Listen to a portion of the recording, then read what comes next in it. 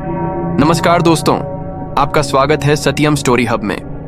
आप सुन रहे हैं पहलगाम की वो अंतिम बस्ती जो हर सदी में एक बार ही दिखाई देती है। हर बुधवार और शनिवार रात 7 बजे हम लाते हैं ऐसी ही रहस्यमयी और रोमांचक कहानियां जो आपके रोंगटे खड़े कर देंगी। अगर आपको ये कहानी पसंद आए तो लाइक और सब्सक्राइब जरूर करें और कमेंट में बताना न भूलें कि आपको ये कहानी कैसी लगी।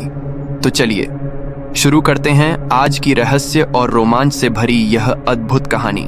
क्या आपने कभी किसी ऐसी जगह का नाम सुना है जो नक्शों पर नहीं होती, फिर भी सदियों से लोगों के दिलों में जिंदा है? एक ऐसी जगह जो असल में कहीं नहीं, पर हर उस इंसान के भीतर है जो जीवन से परे कुछ महसूस करना चाहता है।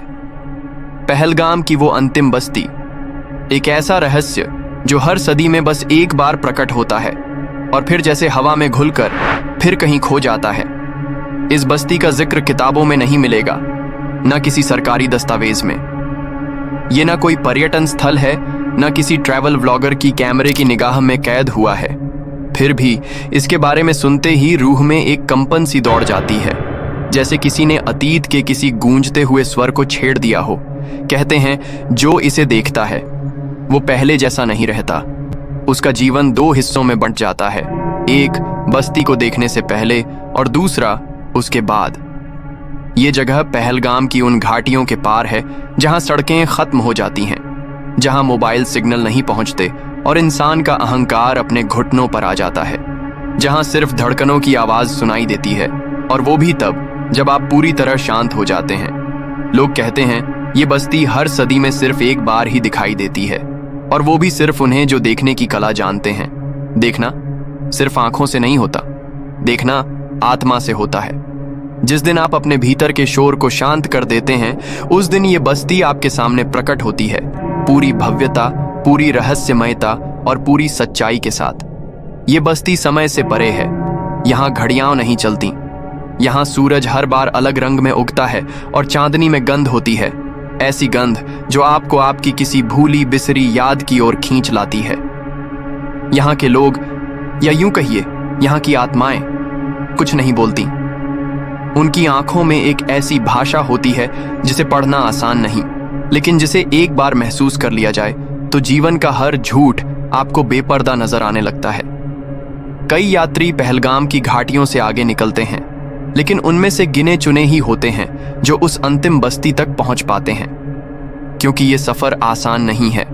ये यात्रा बाहर की नहीं, भीतर की है। आपको अपने डर, अपने भ्रम, अपनी लालसाओं से गुजरना होता है।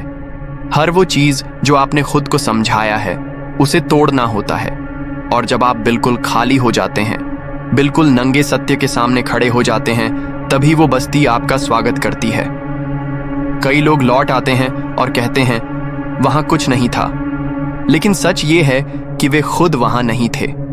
जो लोग उस बस्ती को देख आते हैं उनके चेहरे पर अजीब सी शांति होती है, जैसे उन्हें कुछ ऐसा दिख गया हो जिसे शब्दों में कह पाना असंभव हो। वो कम बोलते हैं, ज्यादा महसूस करते हैं। उनकी आंखों में एक चमक होती है, लेकिन वो चमक किसी सफलता की नहीं, किसी खोज की होती है। एक ऐसी खोज जिसमें उन्होंने खुद को पा लिया हो। इस बस्ती का कोई नक्शा नहीं, पर फिर भी ये एक मार्ग है, एक द्वार है उस अनुभव की ओर जहां आत्मा की हर परत खुल जाती है।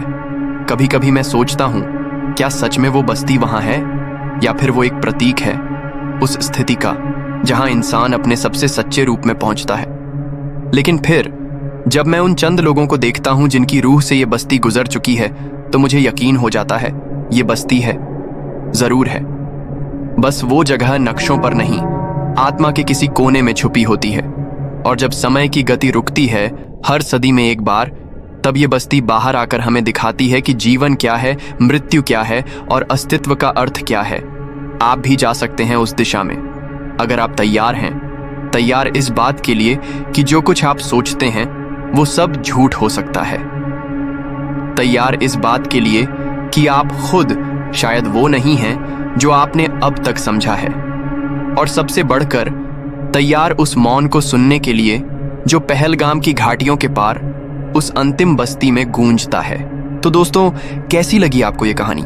अगर आपको ये कहानी पसंद आई हो तो कृपया लाइक करें, चैनल को सब्सक्राइब करें और अपने दोस्तों के साथ शेयर जरूर करें। साथ ही कमेंट में जरूर बताएं कि आपको ये कहानी कैसी लगी। आपके विचार हमारे लिए बहुत महत्वपूर्ण हैं।